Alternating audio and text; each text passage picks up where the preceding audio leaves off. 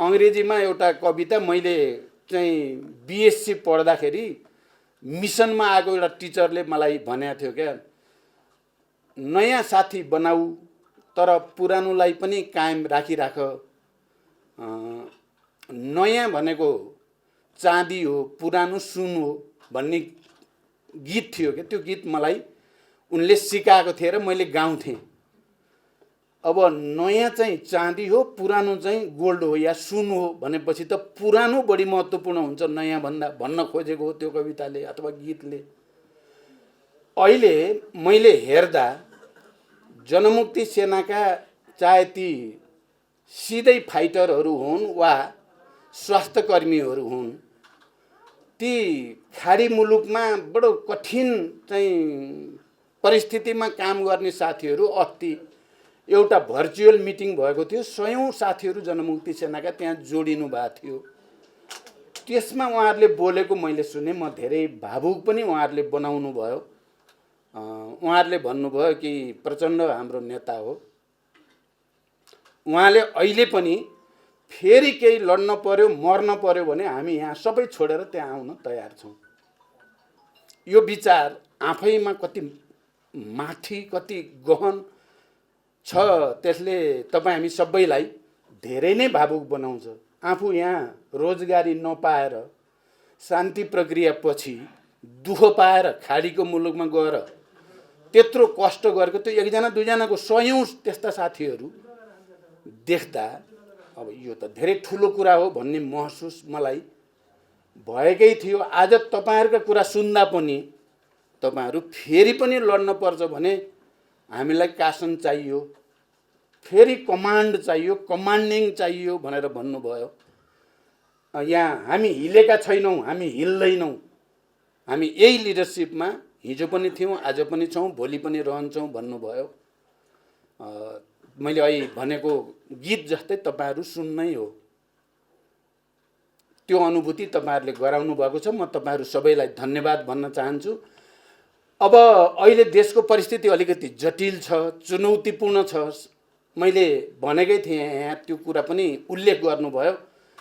केपी प्रवृत्तिका विरुद्ध मैले 19 पेजको डकुमेन्ट लेख्दै गर्दा मैले साँच्चै नयाँ परिस्थितिमा फेरि अर्को जनयुद्धको थालनीको डकुमेन्ट लेखेको अनुभूति मलाई भएकै थियो, भएकै छ।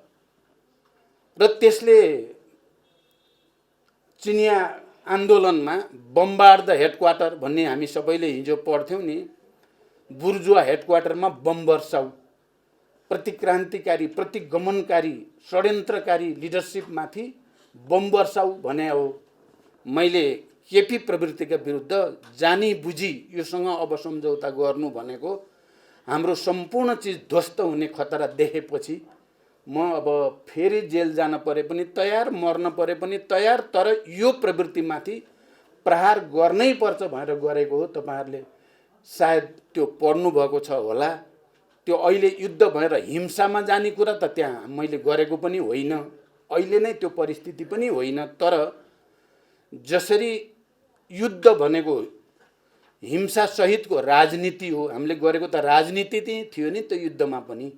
सामन्तवादका विरुद्ध, निरङ्कुश तन्त्रका विरुद्धको राजनीति गरेको युद्ध मार्फत, अहिले फेरि शान्ति मार्फत हामीले युद्ध गरेको हो। प्रतिक्रियावादी विचारका विरुद्ध, प्रवृत्तिका विरुद्ध, दक्षिण पन्थका विरुद्ध फेरि एउटा नयाँ युद्ध गरेकै हो। त्यो युद्ध अहिले चलिरहेको छ कमरेडहरू, त्यो युद्ध अहिले चलिरहेकै छ। हामीले संसद विघटनका विरुद्धको यो संविधान खारेज गर्ने, सङ्घीय लोकतान्त्रिक गणतन्त्र नै खारेज गर्ने षड्यन्त्रका विरुद्ध देशव्यापी अभियान चलायौँ र त्यो ब्याटल त हामीले जित्यौँ, तर हामीले वार चाहिँ जितेका छैनौँ। अझै पनि ठुल्ठुला षड्यन्त्र भइराखेका छन्। तपाईँ हामीले तपस्या र बलिदान गरेर ल्याएको राजनीतिक परिवर्तनमाथि हमला भइ नै राखेको छ। त्यसकारण हामी सबै सजग भएर फेरि एकचोटि आफ्नै खुट्टामा उभिने, हामीले अलि योसँग मिले होला कि त्योसँग मिले होला कि यो गरे होला कि त्यो गरे होला कि भनेर धेरै गरियो, तर आफ्नै साथीहरू छुट्दा, आफ्नै धरातल चाहिँ कमजोर हुँदा चाहिँ हामी अलि कमजोर भएको जस्तो देखिएको पक्कै पनि हो।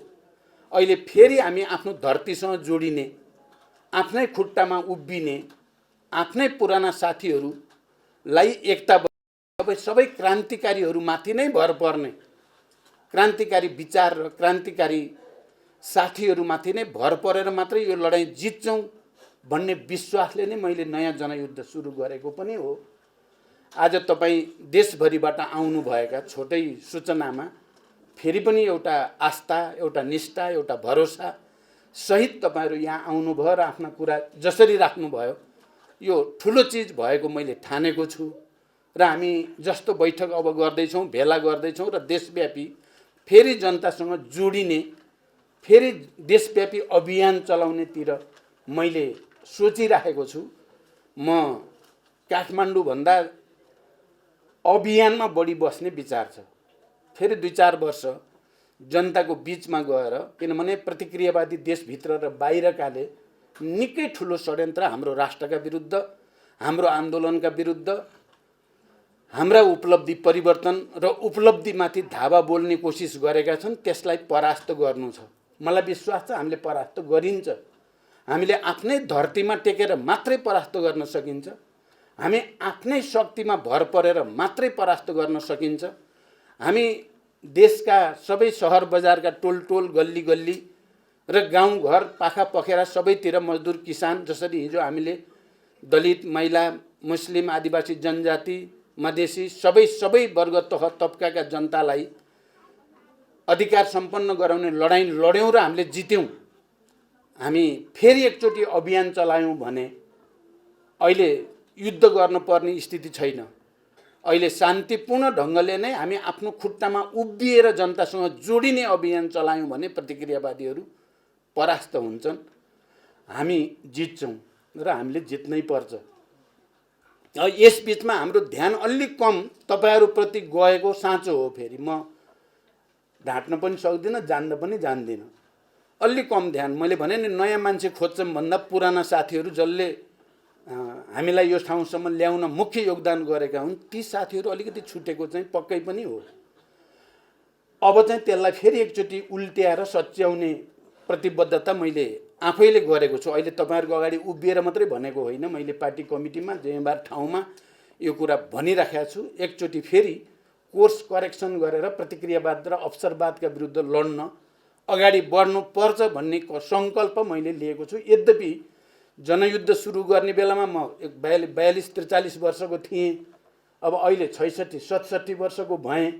उमेरले कति दिन्छ भनेर पनि कतिपयले भन्छन्, ल अब उमेर भएका त छोड्दिन पर्छ भन्छन्। म छोड्नेवाला छैन। माओ सेतुङले 72 वर्षमा सांस्कृतिक क्रान्ति गरेका थिए। म एकचोटि फेरि क्रान्तिमा अगाडि जानेमा छु। तपाईहरु यो कुरामा चाहिँ विश्वस्त रहनु होला। म छोड्नेवाला चाहिँ छैन, म लड्नेवाला नै छु। मैले लडेँ, अहिले पनि एउटा ब्याटल त लडेँ मैले अहिले, र त्यो ब्याटल हामीले जित्यौँ पनि, र अरु 2-4 ब्याटल जित्न बाँकी छ र हामीले जित्नै पर्छ।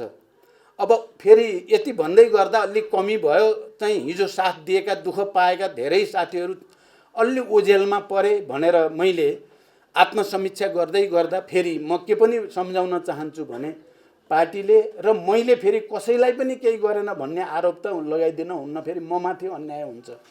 किनभने उपराष्ट्रपति जनमुक्ति सेनाको फिल्ड कमान्डर उपराष्ट्रपति हुनुहुन्छ, एउटा महिला कमान्डर सभामुख हुनुभयो, अरु डिप्युटी कमान्डरहरू कोही अर्थमन्त्री, कोही गृहमन्त्री, कोही के मन्त्री तपाईँ हेर्नुभयो भने जनमुक्ति सेनाकै हुनुभयो।